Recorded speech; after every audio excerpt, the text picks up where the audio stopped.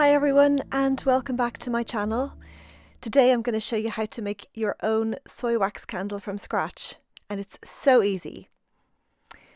So soy wax candles that you make yourself are totally different from the ones that you buy in a store. The ones that you buy in a store are usually full of chemicals, and I'm putting a little slide in here in this video so that you can see the type of chemicals that are in a store-bought candle. And when you make your own soy wax candle from scratch, you would never go back to buying a store-bought one. So for today, you're going to need a recycled jam jar, 2 cups of soy wax per candle. I use C3, which is for container candles. And you're going to need some wicks and an old pot and a double boiler or another pot just to pop on top. So you're going to put some boiling water in the bottom of your pot and bring it to boil and then lower it down to simmer. Just pop your soy wax into your double boiler or your old pot which goes on top. Turn up your heat, and once it's boiling, just drop it down a little bit to a simmer. You don't want it to be too hot, but at the same time you want your wax to melt. So the whole process is going to take about 10 minutes for the wax to melt. As you can see here, I'm just doing enough wax for 1 candle. So you would need a bigger pot and a bigger double boiler if you're going to do more candles.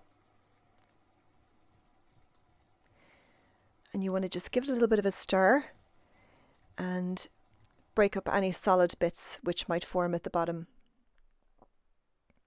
So this is one of the wicks that I use, and these are the stickers that I use. The stickers are double-sided, and you're just going to peel off a sticker, attach your wick to the sticker and pop it in the bottom of your jam jar. Super easy.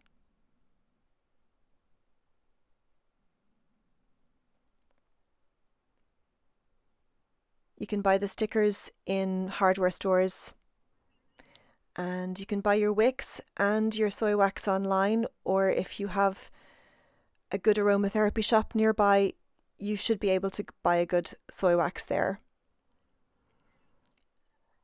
Just squeeze down the wick and the sticker onto the bottom of the jar to make sure it's nice and solid.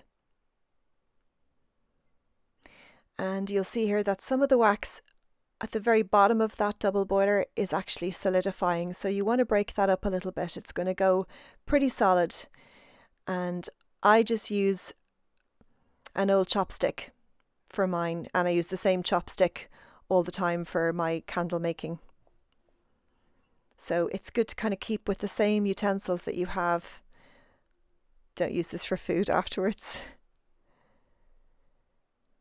So once your wax is melted there, you'll see it's totally melted. You're going to add your essential oils. And this is the fun bit, because you can choose any essential oils you want. Today I'm using 15 drops of grapefruit essential oil, 10 drops of orange essential oil, and 12 drops of Atlas Cedarwood Essential Oil. And that's a blend that I really love because the citrus blends beautifully with the earthy base tones of the cedarwood oil. But you can use anything you want. If you want a lavender candle, you can just use pure lavender essential oil. And again, it's about the same, 25 to 30 drops per candle.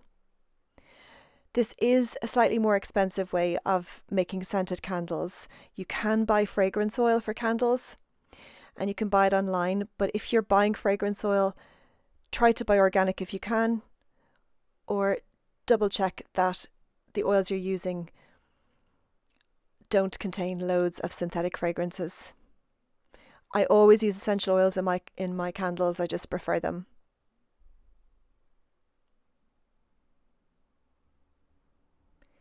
And then once you've added your essential oils, you're just going to give it a little bit of a stir.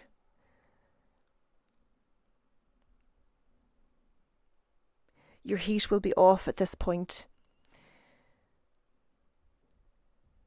So don't keep the wax boiling away while you're doing this. Just switch off your pot just before you add your essential oils.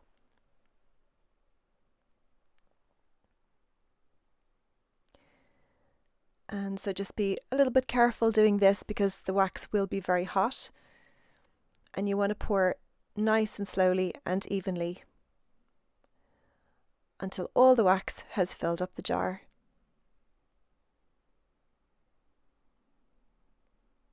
My jars were at room temperature when I made my candles for this video, but if your kitchen's a bit cold, you might want to just warm your jar beforehand. You can do that on a low heat in the oven for about 10 minutes, or you can just pop it in some warm water. And then I'm going to take my handy chopstick and just pop it against the wick to hold the wick in the middle of the jar. And that's what it looks like when it's cooling. So you'll see it's turned a nice creamy white colour. When your candle is cool, snip off the wick at the top, leave about ½ an inch of wick, and there you have it. Your candle will be ready in about 48 hours, but I like to leave mine for about a week. Enjoy!